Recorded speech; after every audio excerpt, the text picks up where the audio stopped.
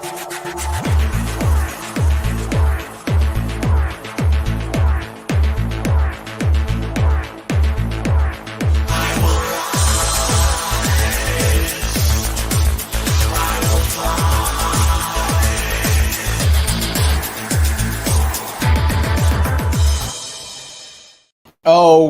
welcome to the Sharpe Show. I'm a little bit late this evening. I know, a little past 7:30 p.m. on the East Coast, but I am here. I made it yet again. And I've been trying these last couple of weeks to try to get back into the groove of doing shows. I know I have not done. I've been insanely busy doing so many other things, heavily consulting and stuff like that. But I do want to keep coming back to the shows.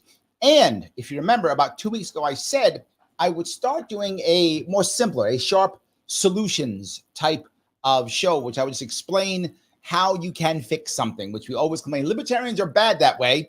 We very often say government bad, everything's bad, but we don't often do a very good job of giving an actual solution to something that would at least be libertarian leaning, if not 100% libertarian in some way, shape, or form. And I tend to try to do that, so I wanted to tonight. That is why I decided to do this show. And for some of you who like Larry, but I want to ask you questions. I know you do. That's why I try to do AMAs every week. And I'll be doing an AMA tomorrow. So tomorrow night, I'll do an AMA and ask me anything. I'll do that. But I wanted to try to get another solutions out because I did not do one last week. I was supposed to. I did not. So I'll do it this week and I'll do one next week also. Maybe during the DNC stuff next week. So when you're bored watching that, you can watch me instead. Look at that, because I care about you guys. So this evening, I want to talk about the military-industrial complex. And for those of you who want to change it and shift and adjust it, hopefully I'm going to give you a bunch of reasons why and how. What you will find with many people who are unhappy about it, who don't like the wars that we're constantly in, who don't like our foreign policy, what you will often find out is people just go, tear it all down. Tear it all down. Shut the bases down. Shut it all down. Shut it all down. That sounds amazing. However, it's not even close to possible or realistic. And to just shut it down, if somehow you could do so, it would devastate our economy overnight. Am I saying we should keep it? Of course not. Of course not. I'm saying there is a way that we can get rid of the military-industrial complex without creating so much pain within our nation and also keeping us safe and all the other things that we're talking about. It absolutely can be done, but it takes time and it's not simple. It is a detailed piece. So let me try to cover a bunch of them. The first thing, most people believe that the five or six contractors that do almost all the work here, that they're evil, horrible corporations who want to kill people. Absolutely not true. And I'm not sitting here simping for them at all. All I'm saying is they are not evil and mean. They are apathetic. And that distinction is important. The companies that sell all the stuff to the military-industrial complex aren't doing it because they're evil and they want people to die. Now, they're apathetic. If people die, okay. If they don't die, okay. Their goal is absolutely to sell high profit margin items with no competition. That's what they want to do. Now, whether that's bombs or trucks or whatever, they don't care. If I can sell high profit margin items with no competition, that is my goal. I get it. I'm not mad at them for thinking that way. I'm mad at us for creating a system that they can absolutely take advantage of. You know, go, but Larry, they're doing all these weapons. No, it's not all weapons. Of the manufacturing in America today, give or take, about 60%, I'm not joking, of all manufacturing in America is somehow connected directly to the military-industrial complex. Yes. The military-industrial complex is not a death machine. That's the outcome. The machine, what it actually does, it's a jobs creator. It's a jobs program. It's a massive jobs program. Only about 10% of our manufacturing is actual weapons. 60% is all the other things, the trucks and the shirts and the socks and the helmets and all the other things that we put together, right? And the MREs and the food and all the things that we do and the oil and everything that we do. About 60% of manufacturing comes from the military-industrial complex. You would, excuse me, you want to shut that down overnight. You want to destroy 60% of America's manufacturing industry overnight. Do you understand what a terrible idea that would be? Now, I'm not trying to simp for them. I don't want this to happen. I'm against it. It's terrible. What I'm saying is that's where we are now. I didn't put us there, right? But there we are right now. It's almost like they're a parasite, and if you kill the parasite, you kill the host, right? So we're almost at that point. And we kind of are at that point. So we got to somehow figure to do that. Not just that, most things are made in multiple states. If these things, the F-35 thing is made like 12 states or something like that, some crazy number. Well, now I'm losing jobs in different states. If you live in New York, as I do, upstate New York, oh my God, almost any new large jobs are military industrial complex. So now you think, well, why don't we stop it? Well, I have 60% of my manufacturing jobs reliant upon it. Most of these jobs are decent jobs. People are paying their bills on these jobs. How am I going to get someone to vote against paying their bills? That's what I'd be doing. Shut it down. Why? So you cannot pay your bills. Who's going to vote against that? Oh, sorry. Who's going to vote for that? Not many people are.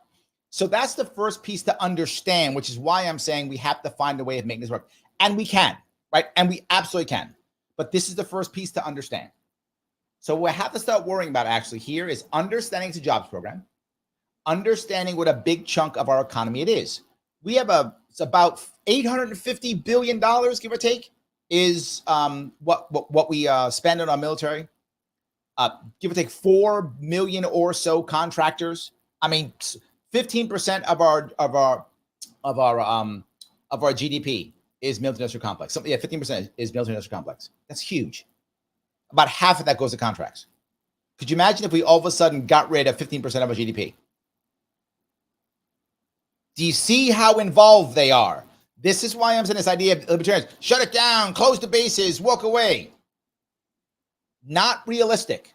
All right, so with all of that in mind, we have to still have a military. We can't have no military. Well, I know some of you think that. I don't believe that. I'll say that. I don't think we can have no military.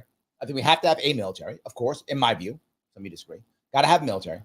Have to be able to deal with this. Can't destroy our economy. Bad idea to do that. And we also have agreements. We touch that too. We've got about 700 bases around the world, give or take. With those 700 bases, each of them has an agreement that the government has agreed to, either an actual peace treaty, option one, or a thing called a SOFA, not like the couch. It is a status of forces agreement. So some kind of agreement we made that says we will be there. You might go, Larry, why do I care? Here's the other thing that you may not know. Not only is this a jobs program for us, it's a jobs program for other countries too. Yes, another jobs program. So when you have X number of bases in Germany or Japan or Turkey or wherever you have your bases, part of your agreement is for you to hire local people to service the base. Yeah. So now you have a jobs program, not just for America, but also for them. So it's an international jobs program. Yeah. So if we all of a sudden go, no, we're done, we're just going to stop it. Oh my God. Oh my God. Now all our allies are angry at us too because we just got rid of their jobs program. Now here's the good part of all those agreements. Step one to everything I just said is looking at every single agreement that we have. All 700 of them, if that's the case. Some multiple bases will be on one agreement. So probably there's a couple hundred agreements. Whatever those couple hundred agreements are, every one of them has an opt-out in some way. It might be 6 months, might be a year, it might be you must do this or do that or even pay something, whatever. There's an opt-out. Exercise every single opt-out with one exception. And the exception is, what is the bare minimum America needs to police the sea lanes? I know some of you are going to be mad when you hear that. Larry, why the hell is America going to police sea lanes? I will tell you why. It's not a libertarian answer, to be very full with you, right? Private companies should be finding their own answers. International should be finding their own answers. We should be having treaties. Agreed. You're right. That's what should happen. Currently, the way the world is today, there is not a Navy on the planet that could do it. That's where we are. The British Navy is basically non-existent. German Navy, non-existent. Chinese Navy is very local, can't do deep water with a dam. Russian Navy could never do it.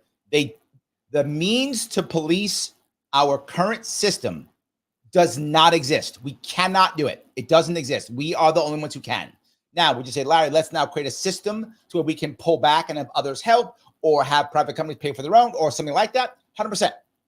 100%. We could absolutely have other people or plan for the future. Sure, I'm 100% in.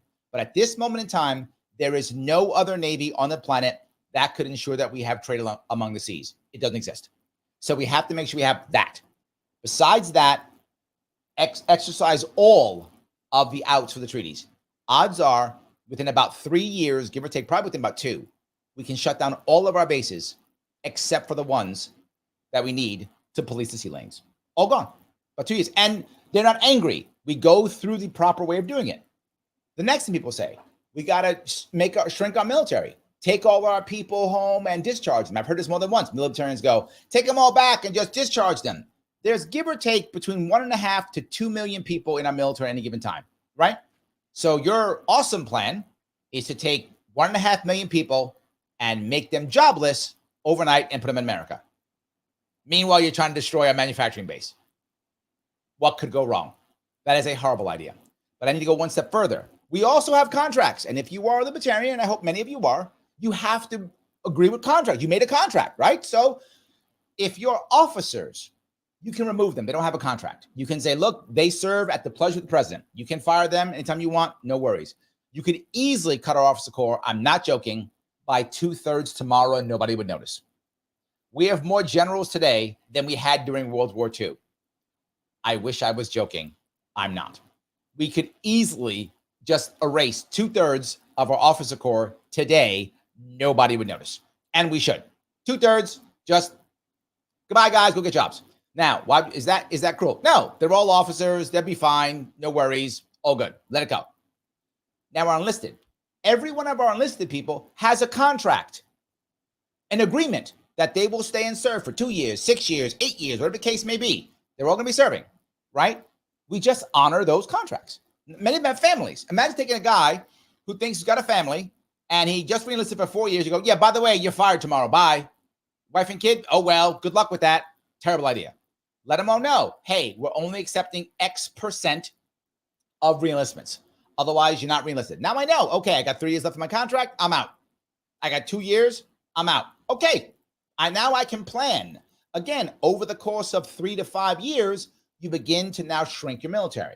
And I was going to say, Larry, we can't shrink our military. The bad guys are going to come get us. 100% not true. Not true at all. First off, to be realistic, nobody, no country on the planet is going to do a land invasion of America. That's not a thing. That's fantasy TV shows that you saw. That's not going to happen. That is maybe 100 years from now, it's going to be true. And we'll change our military then. But until then, we do not require a massive land force. How do I know that? And they know that.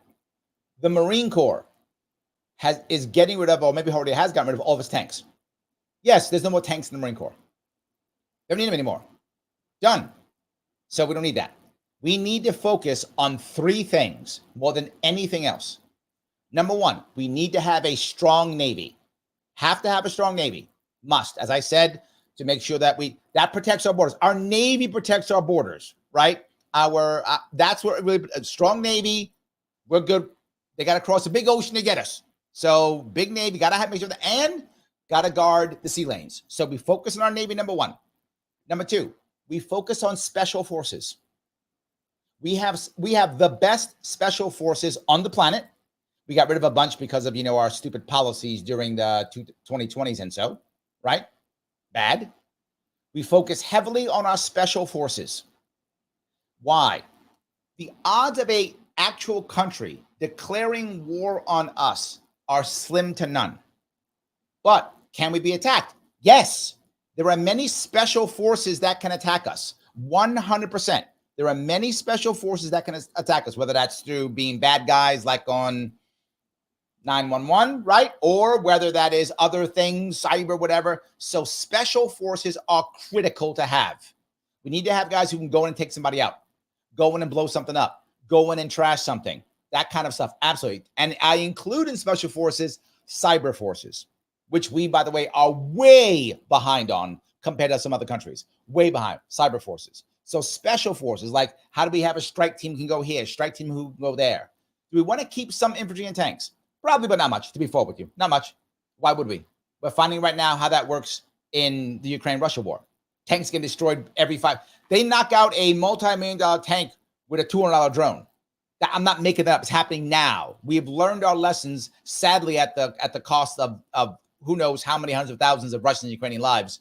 I don't even know how many, whatever that number is. And they've shown us that our tanks, not so good, not so valuable. A $2 drone blows up an M1 Abrams. We've seen it more than once, right? So that's one of the reasons why Marines are like, tanks gone, no tanks. So the Marine Corps is an elite unit, as we all know it is, and we'll keep them because we need to, of course. So we keep our elite special forces and cyber, of course. And the last piece is our nuclear deterrent. Except right now there's nuclear triad. For those you don't know, there's 3 types of nuclear weapons, basically. Our bomber force, our missile force, and our nuclear submarine force. We can absolutely and should completely dismantle and end our bomber force. That is the bombers we have are almost 100 years old. Let me repeat that. They're almost 100 years old. Yes, we have bombers from the 40s, the 30s, the 50s. Yes, they're like 80 years old. It's insane. Dismantle the bombers. And if we put bombers in the air, they'll just get shot down with today's technology. It makes no sense. Having bombers is useless. End all the bombers. Don't need any of them. No bombers when it comes to nuclear weapons. None. Submarines, part of our Navy. ICBMs. We are good. Deterrent is fine. That's all we need. Imagine cutting that back. You go, wait a minute, Larry, is that enough? Yes. Of course. Pickable asks, wait, are you talking about planes? Yes. Bomber planes. Completely unnecessary when it comes to our nuclear deterrent. Not required. Absolutely silly. Don't need them at all. Right? We could just use nuclear submarines and ICBMs. By the way, for anyone who cares, we have enough on either of them to destroy the entire world. We have enough just ICBMs to destroy the entire world, enough just on subs to destroy the entire world. So we're fine. So now we won't be able to destroy the world 3 times over, just twice. So yes, just dump the planes, not required whatsoever, and they'll just get shot down anyway, and they're insanely expensive and old. Dump them, not required. We do that, and now we have a shrunken down military that is very effective, right? Space says all we need are some swarm drones. That I would include drones in my special forces, if that makes any sense. I would include them in my special forces. I think that's part of it. So yes, drone warfare obviously is critical. And again, we see that in Ukraine, the Ukraine war right now. You're totally correct with that, but I would include that in my special forces. So yes, absolutely. Mike brings up nukes do age out. Yes, that's true. So we'd have to remake some nukes, which is fine. We rebuild them, whatever. But all we do is we keep them only in the nuclear submarines and ICBMs. The rest we don't need. We do not need bombers at all. Let them all go. That would help that. So that's how we begin to bring down our military. Within 3 years, we have dismantled most of our bases. Within treaties, people aren't angry. Awesome. We have discharged a huge chunk of our military so that they can all go home. And again, over time, so there isn't so much pain, they all know what's coming. We're able to shrink and specialize our military in today's world so we can stay safe and defend ourselves against threats and be able to go out and do pinpoint attacks on bad guys who do bad things. All of that gets taken care of. All right, that sounds good so far. But now here's the hard part. If I were to even start that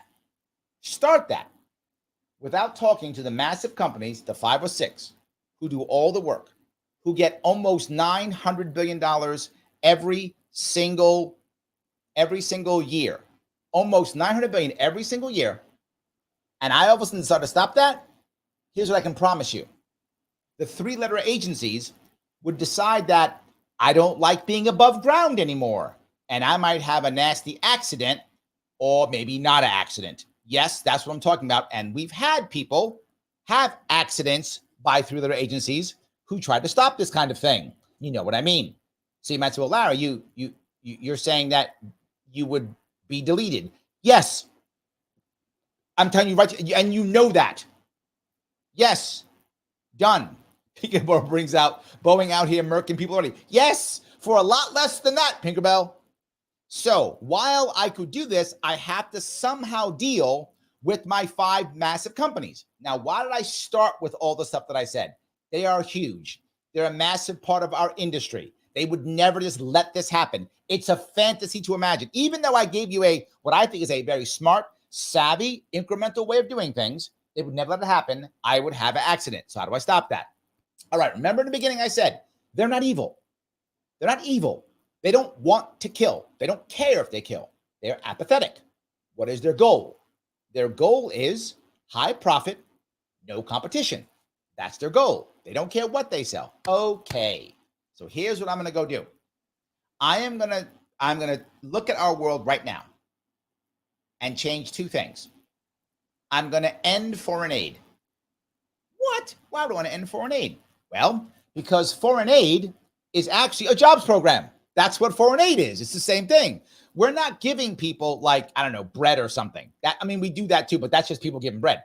Foreign aid isn't that. Foreign aid is, okay, country X, here's $80 billion. 10 billion will go to all your oligarchs so that you guys can be paid off and bribed. 20 million will go into something nice that you'll make for your people as if you care about them. And 50 billion will come back to us and we'll build stuff for you and we'll make jobs here at home. That's how it actually works, right? That's how it actually works. So instead, since I'm already doing my deal, I stop giving them foreign aid. And we go, but Larry, if we don't give all these people foreign aid and we stop giving them weapons, they might get invaded.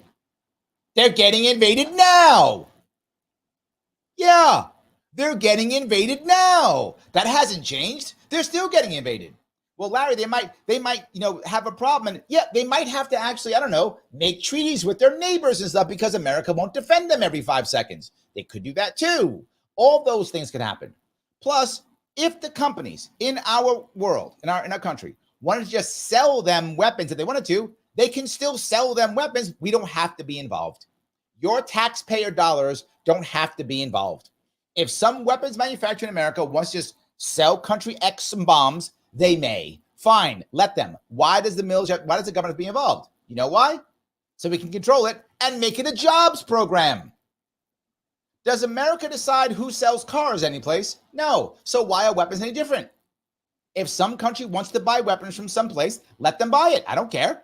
Let them buy it if they want to. Up to them. Their people can decide their fate in their way. And if they want to buy our weapons, let them. All good. China does it, and so does Russia all day long. They sell weapons all day long. So does North Korea. They all sell weapons all day long if they want to. Someone's going to sell weapons. If Americans want to sell it, awesome. But let the companies do it and let them compete out there as anyone else competes and stop taking both our taxpayer dollars and our debt. The amount of debt that's coming out of this is insane. All foreign aid goes away. Once all foreign aid goes away, once they stop buying so many weapons, once they know where they're not just giving them stuff no matter what. If they can't afford it, then they don't get it. Maybe they should start having some peace treaties. Maybe they will. I can only hope so. But not just that. We'll have pressure because we'll say we want to sell you stuff. Because here goes the key piece. Right now, some of you don't know this, America sanctions about 1/3 of the world. Let me say that one more time. America right now sanctions about 1/3 of the entire world. And you wonder why they hate us. And you wonder why they're talking about de-dollarization. Yes, this is stupid. Some of you are going to be mad at me, but I don't care. Sanctions do not work. Sanctions are terrible. Sanctions do not work. All they do is punish poor people. That's all sanctions do. And most of them in countries that the poor people are already being punished. So now we double punish them, triple punish them, quadruple them, right? So we sanction Cuba and now they're our allies. Oh, wait, no, they're not. Yeah, they're not. But Larry, if we walk away and stop sanctioning people and we do that, then all of a sudden they're all going to hate us. They hate us now because we sanctioned them. That's insanely crazy. No, just leave them alone. Well, Larry, what evidence do you have of this crazy idea? Vietnam. We bombed Vietnam for 10 years. We killed millions of Vietnamese, millions of them. We dropped more bombs in Vietnam than we dropped in Germany during World War II. That's how many bombs we dropped in Vietnam. There are people to this day walking around missing limbs because they were walking in their field and a mine went off and blew their leg off. That's happening in Vietnam today. That is how bad it was. And guess what? We just walked away. We got our ass kicked in the end. We ran away at 1975. We ran away. And 20 years later, Vietnam literally was a trading partner. You can buy furniture today from Vietnam right now. Trading partner. Yes. So they went from we bombed them more than Germany to being a trading partner in 20 years. And we didn't have special this, but we just said, I don't care, whatever. You opened up trade and they went fine. And remember, McCain was worried about that, trying to open a trade with them. Yeah, done. McCain, who they captured him and broke his arms. And McCain was like, good, just trade, fine. I know you kept me in a prison cell for years and broke my arms. I'm good. If McCain can be okay with the Vietnamese, so can you. That's all I'm saying. Unless you're actually a former Vietnam War vet and or prisoner and you have issues, you are an exception. If you're that, you're an exception. If you're not that, if McCain can do it, you can shut up and say, okay, that's my issue. All right, so that's it. If we actually did that, the first thing we do is we stop all sanctions. Now, here's the very unlibertarian thing. However, it's the only way that someone could stay above ground and do this. The only way. You take those 5 companies, and as you remove all sanctions, you give certain companies certain special privileges in certain countries, and you give it to them for a certain year period. For example, you give a government-sponsored monopoly. I know some libertarians, you just literally just want to throw up. I know what I'm saying. I know it's not libertarian, but it's the way you stay above ground and still do this. You say, hey, military industrial complex person company number 1, you get a special 5-year special monopoly in whatever, Iran or whatever, right? You deal with them and say, hey, I'm doing this. How do we deal with this? Because you might go, well, Larry, they should just compete. They should. You're right. They should. They don't have the institutional knowledge to do it. I'm not joking. They literally don't know how. What they know how to do is bribe congressmen and senators, and they're very good at that. They can bribe them all day to get business. That's the skill set they got down better than most, right? They get very good at that. But how do they compete in the market? They haven't done that since 93, right? So what, 30 years? They haven't competed in 30 years. There's no one in a company who knows how to compete. It doesn't exist. They've never had to. They don't know how to compete. So you give them 5 years and say, you got 5 years and we'll wean you off the monopoly for 5 years. Now you can figure out how to compete again in the world. You're going to get a whole bunch of cash because you're the only people who can sell here monopoly, and we'll enforce the monopoly. I know libertarians are ready to yell at me. This is how you stay above ground. If you don't do this, you don't stay above ground and you don't dismantle the military industrial complex.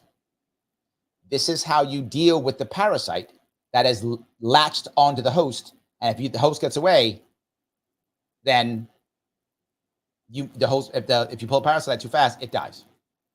Pinkerbell says it'd be just easy for these companies to make cell phones or something. Agreed. Thank you, Pinkerbell. Thank you. That's my point.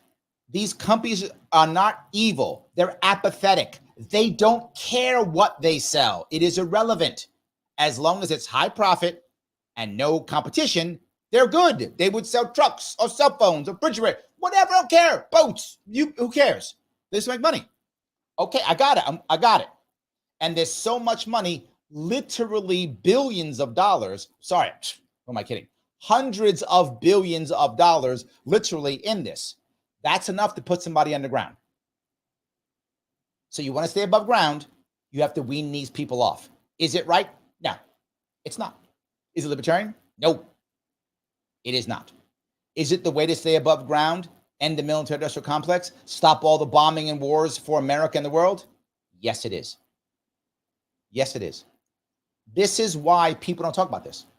They give you vague promises, vague this, vague that, because they know that the reality of it is it's impossible without making horrible sacrifices because of where we are now. We're in such a terrible spot. Again, I'll bring it up one more time. Remember, 60% of U.S. manufacturing is linked to the military industrial complex. 60%. That is insane. How do you fix that? That is the way. That is the way. We literally have millions of contractors, people who contract with the federal government. Millions of them. I'm not making that number up. Millions with an S. It's huge. How do we get around that? We get around it by making this happen. Understanding it's a jobs program. Weaning people off so they can find more jobs, both here and abroad. Changing our military so that it does the things that we need to do best and stop policing the world and make it impossible to police the world. I'm not joking. Make it impossible to police the world because we shouldn't be doing it. Now, again, I tell you, the Marine Corps already, no more tanks in the Marine Corps. They're gone, right? So why would we have a massive land force? For what possible reason? Well, Larry, what if countries start doing stuff, whatever? Let them. It's fine. The other countries will find ways to defend themselves. And lots of countries have nuclear weapons now and big tanks and stuff. And good luck. Good luck. That's my point. I don't want to keep destroying this country. We have so many problems here.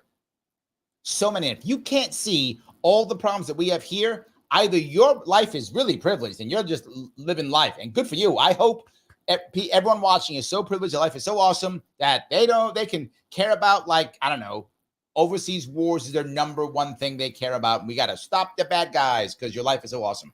I hope you're all that way. But most of us are going to have our own problems dealing with. So why do I care about that stuff? If you can't pay your rent, why do you care if some country somewhere is getting bombed, as long as you're not bombing it? I don't mean to be cruel. I mean to be real. That's what I mean. I mean to be real. We're losing 100,000 people every year just on overdose? 100,000 on overdose. Deaths of despair are destroying this country. And we're worried about something else. I'm not worried about it. I don't care. Good luck is my answer. Good luck. I don't want that to happen to us. So I bring this up because the fear mongering, the fights against it, always the same thing. Larry, you don't understand. If we don't police the world will be unstable, and then we won't be able to trade. Okay, we're sanctioning 1/3 of the planet already, so we already have decided that that's not going to happen, right? Already, right? Number one. And number two, it's already unstable. We've got regional wars all over the place. It's already unstable. This horrible dystopian future you speak of is today. And it wouldn't be so if we weren't doing this. So that's the issue. See, Dave says, but Larry, what if Russia and China seize civilian cargo ships bound for Taiwan, Poland, Ukraine, South Korea, etc.? As I said earlier, Dave, we would be policing the naval zones. Of course we would.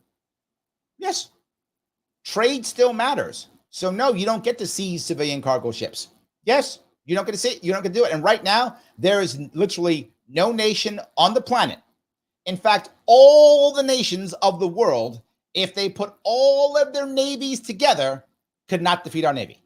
I'm not making that up. China has one carrier. We have, I think, 14 carrier groups, maybe 13, about a dozen. We have about a dozen carrier groups. The Chinese have one carrier. I think the Russians have one or two. Who's going to beat us up? Nobody. It's a fantasy. This is stories people say, well, then they'll start gobbling up countries. Where? That's not a thing. That hasn't happened since what, 1940? What are we talking about? That's not a thing. People don't just go in and gobble up countries all day and every 6, 7. That's not a thing. Not a thing. And if someone started to gobble up countries, people would stop. I know people are going to tell me, but Larry, then Russia will take over the world or whatever. It will not. This is a fantasy that you people are telling you. If Russia decides, Russia can't take, it's taken Russia 10 years to take 20% of Ukraine. So in 50 years, Russia will conquer Ukraine. Okay, so every 50 years, Russia will conquer a country. I don't think that's gobbling up countries. We could probably stop them by then. Not just that, everyone's going to stand around and do nothing. The Poles just go, oh, well, I guess they conquer us. Germans. I mean, do you really want to get Germans mad? You really want to get, that doesn't go well for anybody when Germans get mad. So you probably don't want to get the Germans, mad. It doesn't go well for anybody. It ends poorly for everyone when the Germans get mad. They're not going to make the Germans mad. They're going to do that. I mean, stop. They couldn't beat the Finns. I'm not even joking. If you know the history, the Russians have not been able to beat the Finns. This is garbage. It's just not a thing. So yes, Minor Threat says carriers are obsolete. Not in conventional war that these guys are talking about. Does that make sense, Minor Threat? They were talking about conventionally, seizing cargo ships. In that conventional war, carriers are devastating. But you're right. In the overall war yes, it's true. But in the case of this, they're devastating. So that's why I was talking about that. William Wells remembers the Winter War. Yes, thank you, my friend. That's what it was called, the Winter War, when the Russians tried to beat the Finns and they couldn't. I'm very, very impressive, William. Thank you for knowing that. Yes. So I'm not concerned. I am not concerned. Paula says carriers better than pirates. Yes, correct. In conventional war, that's why I brought that up in that specific case. So again, I think we can do this. No one's going to invade us. Wars will begin to stop. If we start wars won't be any worse. That's what I'll say. Wars won't be any worse. And then if we stop sanctioning everybody like we are now, 1/3 of the country, watch, all of a sudden, Iran, I'll give you Iran. I'll give you North Korea. Two of the people the groups who supposedly hate us more than anybody else, hear all the time. Iran's ready to kill us, whatever, hear all the time. North Korea is going to come get us, hear that all the time. If you know any actual Iranians, I do. I know some here. Some of the people from Iran who are mad at the government call themselves Persians. I don't know why they do that, but I do know some call themselves Persians. Some call themselves Iranians. So whatever they call themselves. All good. Address yourself as you see fit. No worries. But many of them love America. Love Americans. They love it. They wish they were more like America. It is their government that they can't stand and our government that they hate. But individual Americans, most Iranians, most Persians love Americans. Loved us. And if you've ever been around Persians or Iranians, you know I'm right. So if we just leave them alone, they'll follow the Vietnam model. And in 20 years, they'll be our trading partners. Yes, we get our Persian rugs right now from Turkey. So the Turks will be angry because now we'll be getting Persian rugs from Persia. The Turks will be pissed off, but they'll get over it. We'll buy something else from them, whatever we buy from Turkey. We'll buy the Turkish something else. But anyway, we can now buy actual Persian rugs from Iran. You think when those Persian rug dealers start, opening up the American market, they'll be like, we hate America. They'll be like, we love America. That's awesome. Oh, love the dollar. Dollar is awesome. There's not going to be any bricks. That's not going to be a thing. We're too busy getting our dollars. Not going to happen. Right? North Korea. You want to stop North Korea? Let the people see things like, I don't know, iPhones or whatever is the cool thing of the day. I'm sorry, food. I went too far with iPhones, didn't I? It's North Korea. Like sandwiches. Just let them see like a ham sandwich. They're like, oh my God, how do I know that? That's why they're coming over. One of the things they do in South Korea, I'm not making this up, is they would send balloons over with like books and stuff and food. And the balloon would pop and people would go, oh my God, that's how it is in South Korea? I'm going. And these guys, that one guy, remember him a couple years back, got shot crossing the border from North to South Korea, took 6 rounds and still crawled his ass into South Korea with 6 rounds in him. It's the 50 Cent of North Korea. And that guy crossed over to get that because he was like, I want some of this. Show the North Koreans that, done. You can fix this. But Larry, they have these horrible dictators. You're right. Some of them are terrible. Some of these are horrible. Let them leave. I'm not joking.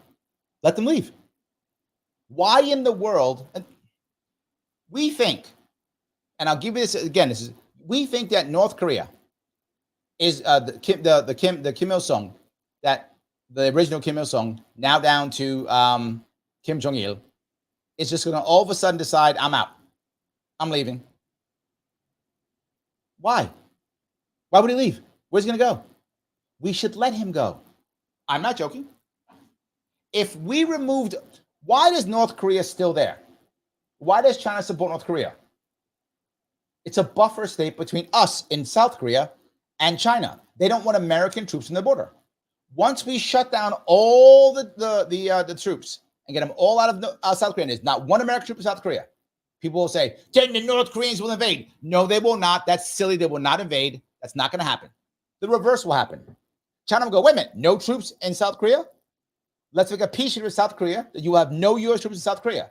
They'll go, okay, great, because Americans aren't coming back anyway. And once that happens, China will be open to Korea reuniting. Because at that point, there'll be no Americans on China's borders. That's why the Koreans can't unite. That's the actual reason. They'll tell you all this other stuff. That's not true. The reason why China does it, North Korea is a drain on China. They would love North Korea to go away, but they're not going to have American troops on the border of China. Not doing that. Well, if there's no bases in South Korea, no bases in Japan, they have no reason to not let them do it. So you take Kim, you take Kim and his family and say, hey guys, there's a bunch of cool plots right here on the coast of Shanghai. Why don't you and your family take off, buy some land here, live your days out on a cool villa, take a bunch of money. You got a couple billion, take a couple billion, go there, just sit there and chill out over there. They'll go over there and leave, and then Korea will unite. Well, Larry, how can you unite without our help? The Germans figured it out. The Koreans will too. Everything I'm telling you is the way you create more peace. And it starts by us getting rid of the military-industrial complex. And we do that by recognizing it's a jobs program and changing. I know I went through a lot. But I wanted to make sure you understood that this is not about safety. It never was. It's not about democracy. It never was. We support lots of undemocratic societies with a military industrial complex. It is about a jobs program. It is about 850 or so, $900 billion. It's about that. And anybody trying to stop that, about them not staying above ground. We know that's what actually happens. I'm not making that up. You know I'm right. That's how it works. So instead, we stop doing that. And we allow people to buy what they want to buy from whatever. And we stop sanctioning people. And we make people be very happy about buying our stuff. As Andrew says, hamburger warfare. Yes. I don't eat McDonald's, but people do love McDonald's. That's true. Well, not as much now in America. They're having problems now. But generally speaking, people do like McDonald's. And if you want to eat McDonald's, you should be able to. And a lot of people across this world would love to eat McDonald's. So put a couple McDonald's in North Korea and good to go. Eat your hamburgers if you want to. I agree. No doubt. Our culture, the good parts of it, damn it, not the bad parts we've had recently. The good parts of our culture are more powerful than any bomb, than any Marine, than any tank, than any plane or bomb. Absolutely. 100%. So yes. William says North Koreans would be mind blown over a Subway sandwich. Yes, right? You want to eat Subway? Go eat Subway. I think it's great. Have what you want to have. What was the saying? It's a little exaggerated, but the concept is what actually knocked down the Soviet Union. It was Coca-Cola and blue jeans. Exaggeration, obviously, but the point was Russians wanted that, right? Russians wanted to have the same things. East Germans wanted to have what the West Germans had, right? They all wanted it. And when the people want it, the government has to bend. At one point, it will. The Iranian government will bend. The Saudi government will bend. Why do you think they don't want this? If we started doing this, the Saudis would be going out of their mind. They'd be going out of their mind. If they're like, my God, if the Americans do this in 20 years, they won't be our royal family, like the British royal family. We'll be like that. We're going to have to get us a Meghan Markle and move to Canada. That's going to wind up happening. They're going to be scared. But they'd be right. This is how you fix it. Absolutely. Paula says the Russians wanted toilet paper. That's also true. They wanted lots of cool things like that. Yes, absolutely. Paul Olsko's going to say that's why the U.S. sent Dennis Rodman to North Korea. Seriously, we need to send over the 92 Chicago Bulls to free those people in North Korea prison camps. All right. Some didn't know this, but they actually love Dennis Rodman over there.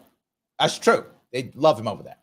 So, yeah, send over our basketball team then. Whatever. I mean, people love basketball. Watch basketball. I think that's amazing. Go watch basketball games. Go do what makes you happy, whatever you enjoy. You will find the people change. I yapped away a lot, but I did want to cover this. I hope it made sense. Guys, if you like what you're hearing, then I need you to do me a couple favors. Number one, click the button that is like. I haven't asked you because I've been yapping away, but please click that button. If you haven't clicked that button, I'm going to take it as if you hate me. Don't hate me. Click the button, damn it.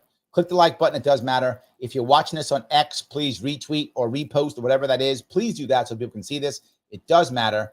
Please, if you're watching on YouTube and or Facebook, please click that subscribe button. It's important. Click that bell for notifications if you can. That's awesome. If you want to super chat me because you love me, you can.